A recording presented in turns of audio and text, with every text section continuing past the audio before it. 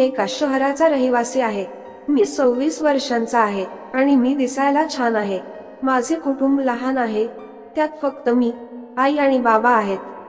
मी त्यावेळी सुट्टीवर होतो. मी सुट्टी घालवण्यासाठी मामीच्या घरी गेलो होतो. माझ्या मामीचे नाव प्रियंका आहे. तिचे वय 40 वर्ष असेल. ती दिसायला खूप सुंदर आहे. ती एका मुलाची आई आहे. माझे मामा एका कंपनीत काम करतात. मी मामीच्या घरी पोहोचलो तेव्हा ती मला पाहून खुश झाली. आम्ही दोघे बराच वेळ बोललो. मग नंतर जेव्हा रात्र झाली तेव्हा आम्ही सर्वांनी एकत्र जेवण केले आणि खूप गप्पा केल्या. मामीच्या घरी मी माझे दिवस आनंदाने घालवू लागले. मामी दिवसभर घरी एकटीच असायची आणि मी पण. मुलगा शाळेत जायचा आणि मामा कामावर जायचे.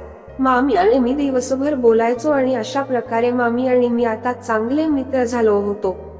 ती माझ्याशी मन मोकळेपणाने बोलू लागली. आमच्यातील संवाद आता मित्रांसारखे होऊ लागले. एके दिवशी आम्ही असे बोलत असताना मामीने विचारले, तुझी मैत्रीण आहे का? मी नाही म्हणालो. माझी एक पण मैत्रीण नाही. मामी म्हणाल्या, चल लबाड, तू मस्करी का करतो? मी म्हणालो, नाही मामी, माझी कोणी मैत्रीण नाही.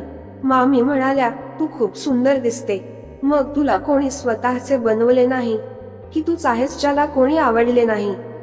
मी म्हणालो, मामी मला कोणाच आवडले नाही. मामी, तुला मग काय हिरोईन हवी आहे का? मी म्हणालो, हिरोईन नाही, मला तुझ्यासारखी सुंदरी हवी आहे. माझे बोलणे ऐकून मामी हसल्या आणि स्वतःसाठी हे शब्द ऐकून खुश झाली. ती म्हणाली, हम्म, म्हणून मी तुला मोहक वाटते? मी म्हणालो, हो, तुमच्यात असे काय आहे जे मला इतर कोणामध्ये दिसत नाही? ती हसली आणि म्हणालो, मामी मला तुम्ही खूप गोड वाटतात. तसेच आता आमच्या दोघांचीही मस्करी सुरू झाली. मी पण तिच्या सौंदर्याची तारीफ करत राहिलो आणि दिवसभर तिच्या मागे राहत होतो. मला ती खरोखर आवडू लागली होती. कदाचित तिलाही हे समजत असेल. ती पण मला जरा जास्तच जवळीक होऊ लागली. तिला पाहिजे तेव्हा ती माझ्या सोबत मनमोकळ्यापणाने बोलत होती. मी रोज त्याच्या सोबत किचनमध्ये राहायचो आणि त्याच्यासोबत मजा करायचो. एक दिवस मी स्वयंपाकघरात गेलो नाही. ती मला म्हणाली, काय झालंय? आज तू माझ्यावर रागावला आहेस का?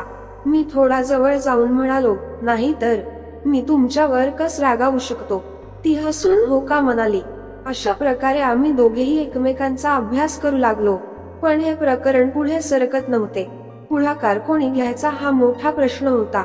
आता माझ्या सुट्ट्याचे कमी दिवस उरले होते. मला वाटले की मी आता हिंमत दाखवली नाही तर नंतर संधी मिळेल की नाही माहित नाही.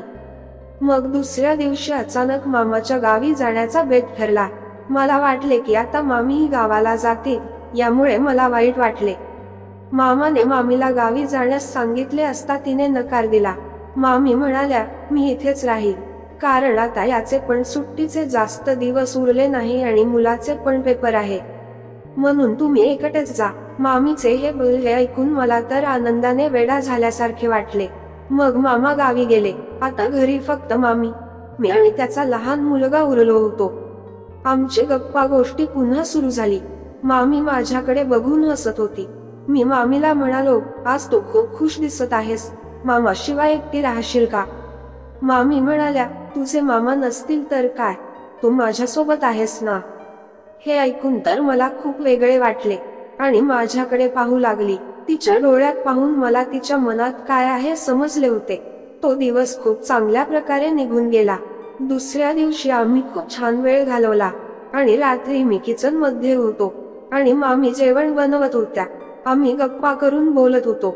जेवणाची वेळ झाली. आम्ही जेवण केले आणि लहान मुलगा झोपी गेला. आता ती आणि मीच होतो. सर्वत्र शांतता होती आणि ती शांतता मला बेचैन करत होती. मामीने सर्व आवरलं आली माझ्या जवळ येऊन बसली. मी म्हणालो, मामी माझ्या डोक्याची मालिश करून द्या. ती हो म्हणाली आणि मालिश करू लागली. ती अगदी माझ्या जवळ होती आणि आता मला एक वेगळेच वाटू लागले होते. अंगात जणू थरकाप उडाला होता. मी तिच्याकडे पाहत होतो आणि ती पण माझ्याकडे पाहत होती आणि आम्ही केव्हा एकत्र आलो आम्हालाच कळले नाही. तो सहवास आम्हाला लाभला होता आणि आम्हाला त्या सहवासाची वेळ हवी होती असे विलक्षण अनुभव आम्हाला दिसत होते. तसेच आम्हाला रोखणार कोणीच नव्हते. म्हणून आम्ही त्या गोष्टीचा आनंद घेत होतो. त्या आनंदात आमची जवळीकता वाढली होती. असेच खूप वेळ चालले आणि त्या जवळीकतेची शेवटची वेळ आली. तसेच आम्ही झोपी गेलो. सकाळी तर मामीची खुशी खूप वाढली होती. ती खूपच खुश दिसत होती. अशाच अनेक गोष्टीसाठी चॅनेलला सबस्क्राईब करा. धन्यवाद.